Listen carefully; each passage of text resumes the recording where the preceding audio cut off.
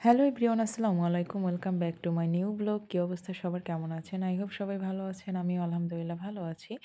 তো ওয়েলকাম করছি আমার নতুন আরেকটি রান্নার ভিডিওতে। ভিডিওটা স্কিপ করবেন না, সাথেই থাকুন। তো আজকে আমি রান্না করব হলো গিয়ে মুরগির মাংস দিয়ে খিচুড়ি।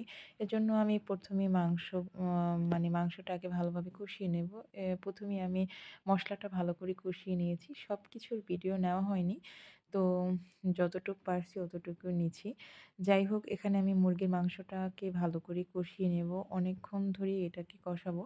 আর আমি মোটামুটি রান্না, মুরগির মাংস হোক বা কোনো সবজি হোক, অন্য যেকোনো রান্নার ক্ষেত্রেই এই যে অনেকক্ষণ ধরে ধৈর্য ধরে কষানোর যে বিষয়টা, এটা আমি করি।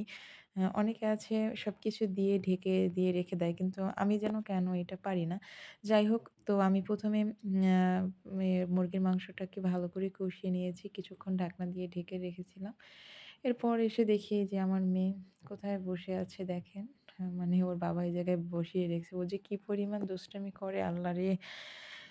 যাই হোক, সে এখানে বসে, বসে কি যেন আ খেতেছিল। ওই যে মুড়ি খেতেছিল আর বিস্কিট।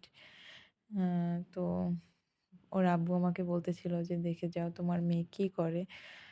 হ্যাঁ, তো কাজের ফাঁকে, ফাঁকে আমি একটু ওকেও দেখতেছিলাম যে কি দুষ্টুমিটাই না করে আল্লাহ! মানে ও কিন্তু অসুস্থ, ওর ঠান্ডা লাগছে। কথাও ঠিকমতো বলতে পারে না। এরপরে অ্যালার্জির সমস্যা। যাই হোক, তা নিয়েও সে ১ সেকেন্ডও বসে থাকে না। এরপরে আমি আবার ঢাকনাটা উঠিয়ে দেখলাম যে মাংসটা আ আধা সেদ্ধ হইছে। তো আমি পুরাটা সেদ্ধ করি নাই। আ যাই হোক, এরপরে আমি পোলার চালটা দিয়ে দিলাম। এই পোলার চালটা আমি আগেই ধুয়ে রেখেছিলাম।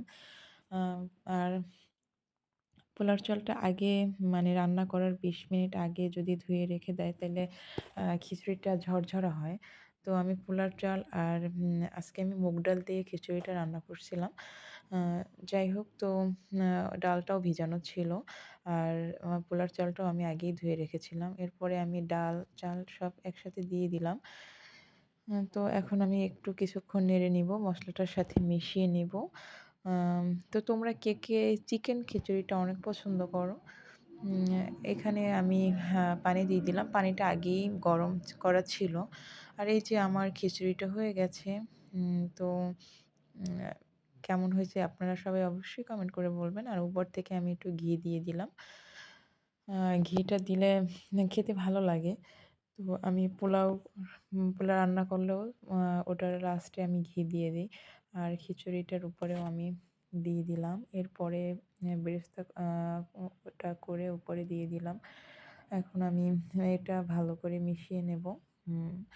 যাই হোক, আমার রান্না করা একেবারেই কমপ্লিট। আর এই যে দেখেন খিচুড়িটা কতটা ঝরঝরে হয়েছে। আর বাবুর আব্বুর এই ঝরঝরে খিচুড়িটা অনেক পছন্দ। আর এই যে যে ভাইয়াটা খেতে চাইছিল ওনার জন্য বক্সে দিয়ে দিলাম। আর সে খেয়ে অনেক প্রশংসা করছে, মাশাআল্লাহ। আলহামদুলিল্লাহ। আর খিচুড়িটা অনেক মজা হয়েছিল। তো তোমরা কে, কে চিকেন খিচুড়িটা অনেক পছন্দ করো অবশ্যই কমেন্ট করে বলবা।